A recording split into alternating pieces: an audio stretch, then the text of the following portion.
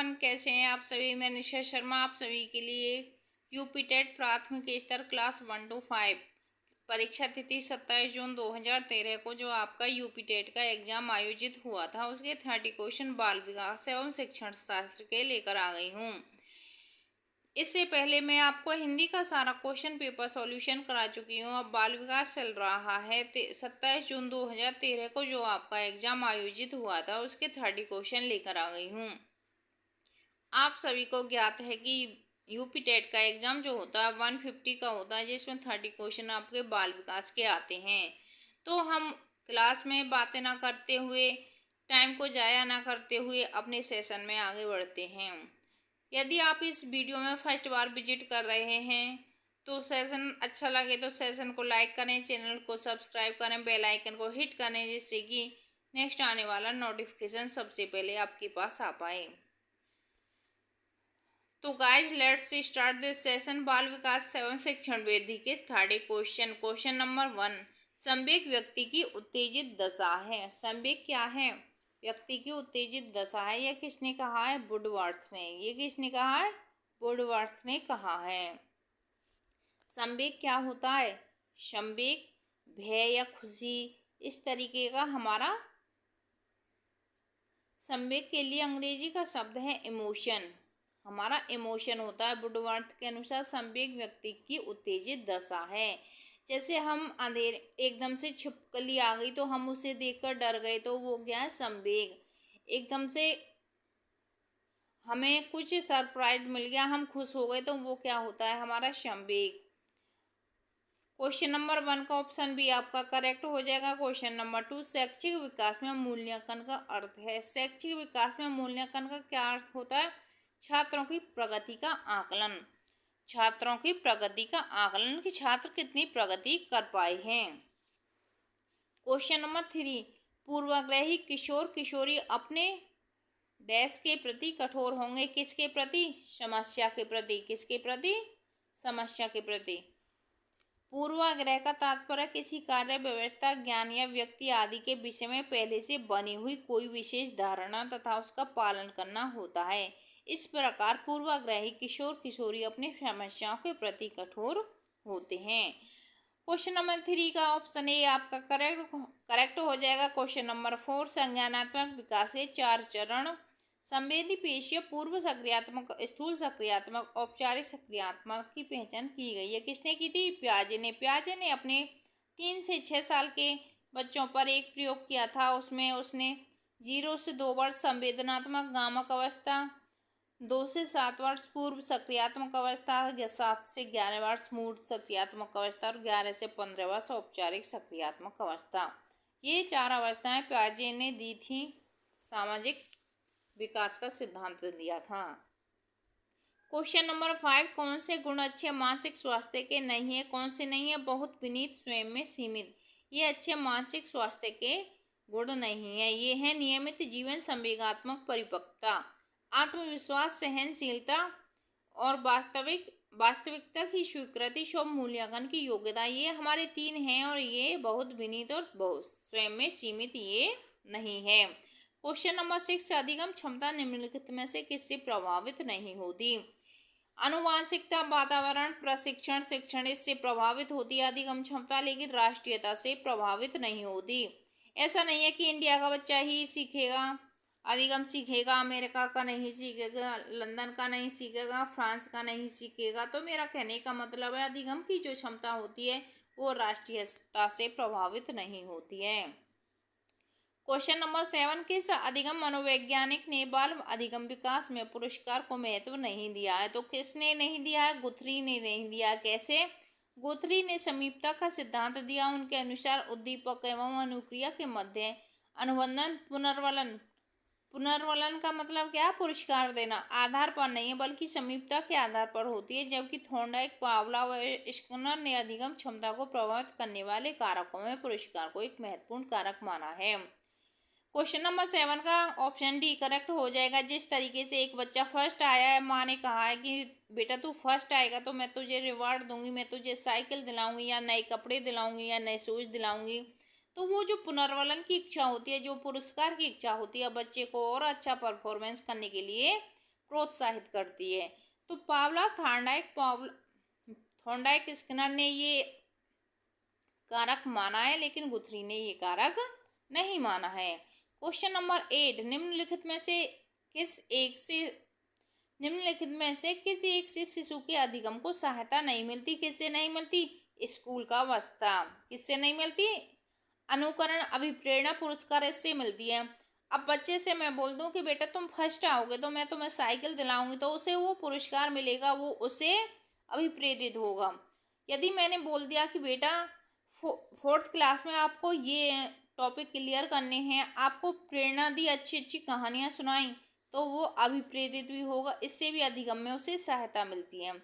अनुकरण में यदि अच्छी परफॉर्मेंस कर रही हूँ, मैंने बोला कि हम तो तब 4th में पढ़ते थे, हमसे तो ये आता था, हमारी इतनी परसेंटेज आई थी।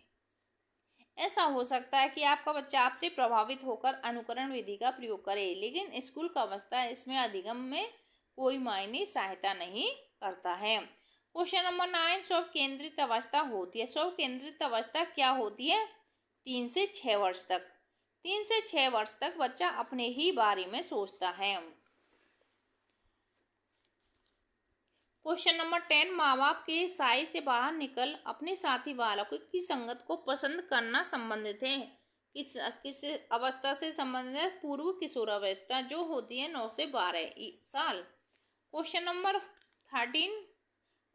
11, मानसिक परिपक्वता की ऊंचाइयों को छूने के लिए प्रयत्नरत रहना संबंधित है। किससे रहना संबंधित है? किशोरावस्था में। क्वेश्चन नंबर 12, सीखने की प्राथमिक मूलभूत नियम संबंधित है कि कौन सा संबंधित है? अभ्यास, कार्य से, प्रशंसा से, परिणाम की अपेक्षा से, तत्परता से। जो थॉर्नडाइक साहब ने 3 नियम दिए, तत्परता का नियम, अभ्यास का नियम, प्रभाव का नियम, ये उनमें से है तत्परता का नियम। क्वेश्चन नंबर 13, सीखने की प्रक्रिया को प्रभावित करने वाले कारक हैं। अनुकरण, प्रतियोगिता, प्रशंसा एवं निंदा, ये सभी। तो ये सभी जो बातें हैं, ये आपके सीखने की प्रक्रिया को प्रभावित करती हैं। यदि आप प्रशंसा करते हो अपने बच्चे की, तो वो और अच्छा परफॉर्मेंस करने की कोशिश करेगा, और उसकी निंदा करते हो, ये हमेशा उससे कहते रहते हो उसका बेटा तो इतनी परसेंटेज लाता है, उसका बेटा तो ये करता है, तो बच्चे की यदि निंदा करोगे, बुराई करोगे, तो उसका डिमोटिवेट हो जाएगा। यदि अनुकरण विधि से भी बच्चा सीखता है, प्रतियोगिता कराएं हम, तो भी बच्चा सीखता है। क्वेश्चन नंबर 14, बालकों के सीखने में प्रेरणा को किस रूप से उपयोगी माना जाता है? बालक की व्यक्तित्व का आदर, पुरस्कार एवं दंड, प्रशंसा एवं भर्त्सना, उपरोक्त सभी। तो ये सभी शामिल हो जाएंगे। बालकों के सीखने में प्रेरणा को किस रूप में उपयोगी माना है? तो सभी रूपों में उपयोगी माना है। क्वेश्चन नंबर 14 का आंसर डी आपका करेक्ट हो जाएगा। क्वेश्चन नंबर 15, कक्षा में विद्यार्थियों को अधिगम के लिए प्रेरित करने हेतु किस युक्ति का अनुप्रयोग आप नहीं कर सकते? छात्रों में स्वयं प्रतिस्पर्धा स्थापित करना, उन्हें आत्मगौरव की अनुभूति कराना, उनकी अत्यधिक प्रशंसा करना, गतिविधि आधारित शिक्षण अधिगम विधियों का पुनः प्रयोग करना। ऑप्शन नंबर सी करेक्ट हो जाएगा। क्यों करेक्ट हो जाएगा? यदि आप एक बच्चे की प्रशंसा ही करते रहेंगे, तो वो अपना काम अच्छे से नहीं कर पाएगा।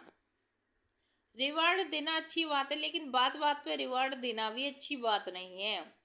क्वेश्चन नंबर 16, बुद्धि एवं सृजनात्मकता में किस प्रकार का सहसंबंध पाया जाता है? किस प्रकार का पाया जाता है? धनात्मक पाया जाता है। किस प्रकार का? धनात्मक। क्वेश्चन नंबर 17, कक्षा में अनुशासन बनाए रखने के लिए सर्वाधिक प्रभावशाली उपाय क्या है? अनुशासनहीन छात्रों को कक्षा से बाहर निकाल देना, शिक्षण को रोचक एवं व्यवहारिक बनाना, छात्रों के अभिभावकों को सूचित करना, अनुशासनहीन छात्रों को विशिष्ट सुविधा देना। तो शिक्षण को रोचक एवं व्यवहारिक बनाना, ये उपाय है अनुशासन बनाए रखने के लिए।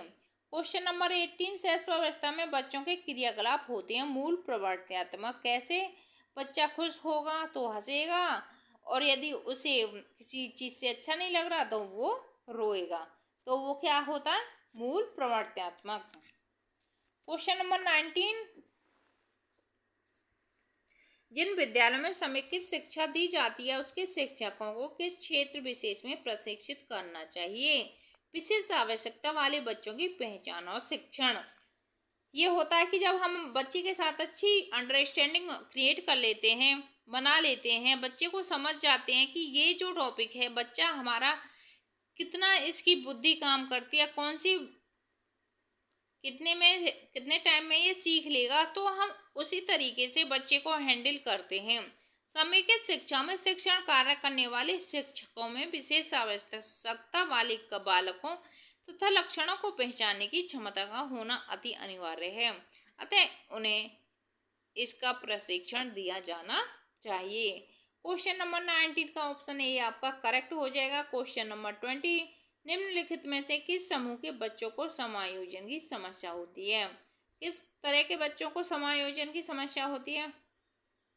औसत बुद्धि के बच्चे, ग्रामीण बच्चे, अध्ययनशील बच्चे, कुशाग्र बुद्धि वाले बच्चे। कुशाग्र बुद्धि वाले बच्चों में समायोजन की समस्या होती है क्योंकि यदि उन्होंने कोई टॉपिक क्लास में पढ़ाया जा रहा है, उन्होंने पढ़ लिया, लेकिन वो फिर समायोजन नहीं कर पाते हैं उन बच्चों के साथ जो नहीं कर पाए हैं। वो कहते हैं कि सर टीचर आगे बढ़िए, हमारा तो ये टॉपिक क्लियर हो गया। तो कौन समायोजन नहीं कर पाते हैं? कुशाग्र बुद्धि के बच्चे। क्वेश्चन नंबर 21, किसी शिक्षक को यदि यह लगता है कि उसका एक विद्यार्थी जो पहले विषय वस्तु को भली प्रकार सीख रहा था उसमें स्थिरता आ गई है, शिक्षक को इसे सीखने की प्रक्रिया को स्वाभाविक स्थिति मानना चाहिए।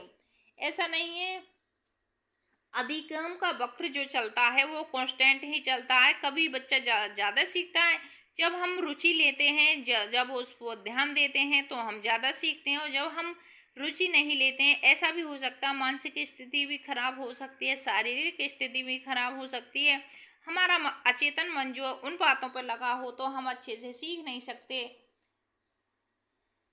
तो किसी शिक्षक को यदि यह लगता है कि उसका एक विद्यार्थी जो पहले विषय वस्तु को भली प्रकार सीख रहा था उसमें स्थिरता आ गई है, तो सीखने की प्रक्रिया को स्वाभाविक स्थिति मानना चाहिए। क्वेश्चन नंबर 22, अपनी कक्षा के एक विद्यार्थी की प्रवृत्ति को यदि शिक्षक बदलना चाहता तो उसे क्या करना चाहिए। उसके समूह के सभी सदस्यों की प्रवृत्ति बदलनी होगी। यदि हमको एक बच्चे की प्रवृत्ति चेंज करनी है तो ये देखना होगा वो किसके साथ रहता है, किसके साथ बैठता है, उस बच्चे की ऐसा बच्चा बिठाना है, ऐसा बच्चा उसके साथ करना है जो अच्छी प्रवृत्ति का हो, तो उसकी प्रवृत्ति भी धीरे धीरे इम्प्रूव हो सकती है। क्वेश्चन नंबर 28, विकास का वही संबंध परिपक्वता से है जो उद्दीपन का किससे है, प्रतिक्रिया से है, जो उद्दीपन का प्रतिक्रिया से है। क्वेश्चन नंबर 24, पियाजे मुख्यतः के क्षेत्र में योगदान के लिए जाने जाते हैं। किस क्षेत्र में जाने जाते हैं? ज्ञानात्मक विकास के क्षेत्र में, क्योंकि उन्होंने 4 प्रमुख चरण दिए हैं: संवेदीगामक अवस्था, पूर्व सक्रियात्मक अवस्था, मूर्त सक्रियात्मक अवस्था, औपचारिक सक्रियात्मक अवस्था। क्वेश्चन नंबर 25, जब कभी 2 या अधिक व्यक्ति एक साथ मिलते हैं और एक दूसरे को प्रभावित करते हैं तो वे एक सामाजिक समूह का निर्माण करते हैं। यह कथन सत्य है, असत्य है? कदाचित सत्य है, ये तो सत्य है। जब 2 लोग मिलेंगे तो वो एक दूसरे को प्रभावित करेंगे, उनके पर्सनैलिटी, उनकी बोलचाल, उनकी कम्युनिकेशन स्किल सभी एक दूसरे को प्रभावित करेगी। क्वेश्चन नंबर 26, शिक्षण प्रक्रिया में निम्नलिखित में से किसका भली प्रकार ध्यान रखना चाहिए? विद्यार्थियों के सक्रिय सहभागिता की। जब क्लास में शिक्षण हो रहा है, टीचर पढ़ा रहा है, लेकिन विद्यार्थियों की उनकी सक्रिय सहभागिता नहीं है तो वो नहीं सीख पाएंगे। तभी तो बोलते हैं बीच बीच में क्वेश्चन पुटअप करने चाहिए, जिससे कि बच्चों को एंगेज कर सकें, बच्चों को उसी धरा पर ला सकें जहाँ तुम पढ़ा रहे हो। क्योंकि ऐसा होता है कि बच्चे का ध्यान ही नहीं है तो वो क्या सीखेगा।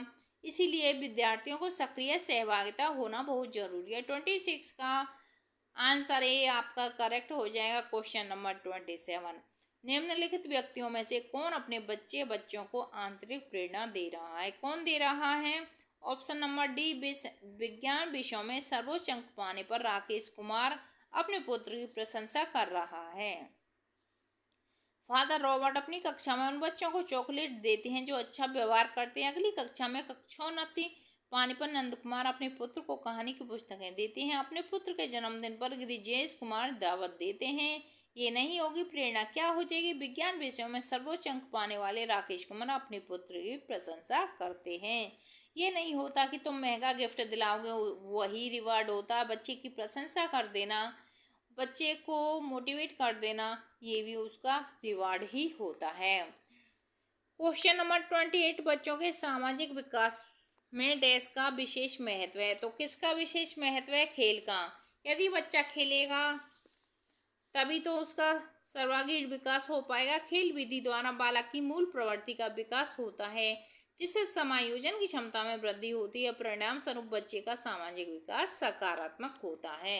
क्वेश्चन नंबर 29, भाटिया बैटरी का प्रयोग निम्न में से किसके परीक्षण हेतु किया जाता है? बुद्धि के परीक्षण हेतु किया जाता है। सीएम भाटिया ने 1955 में इस परीक्षण में बैटरी बुद्धि परीक्षण समूह कहा गया था। क्वेश्चन नंबर 30, कोहलवर का विकास सिद्धांत निम्न में से किससे संबंधित है? किससे संबंधित है? नैतिक विकास से। इन्होंने कौन से तीन सिद्धांत, नैतिक सिद्धांत में 3 प्रमुख स्तर माने थे? पूर्व परंपरागत स्तर, प्राक रूढ़िगत स्तर, परंपरागत स्तर, रूढ़िगत नैतिक स्तर, उत्तर रूढ़िगत स्तर, उत्तर परंपरागत। ये 3 माने थे लॉरेंस कोहलवर्ग ने। लॉरेंस कोहलवर्ग का क्या है सिद्धांत? नैतिक विकास का सिद्धांत। आज मैंने आपको 30 क्वेश्चन बाल विकास एवं शिक्षण विधि के कराए। यदि आपको ये सेशन कैसे लगते हैं कमेंट बॉक्स में ज़रूर रिप्लाई करें। और आपकी नज़र में कोई यूपी टेट प्रिपरेशन करने वाला बच्चा है तो उसे ये चैनल ज़रूर सजेस्ट करें। और यदि आपको ये सेशन अच्छे लगते हैं तो अपने 3 दोस्तों के साथ शेयर करें, सेशन को लाइक करें, चैनल को सब्सक्राइब करें, बेल आइकन को हिट करें, जिससे कि आने वाले नोटिफिकेशन सबसे पहले आपके पास आ पाएँ। Thanks for watching this video. Like, share and subscribe. Keep watching and keep learning.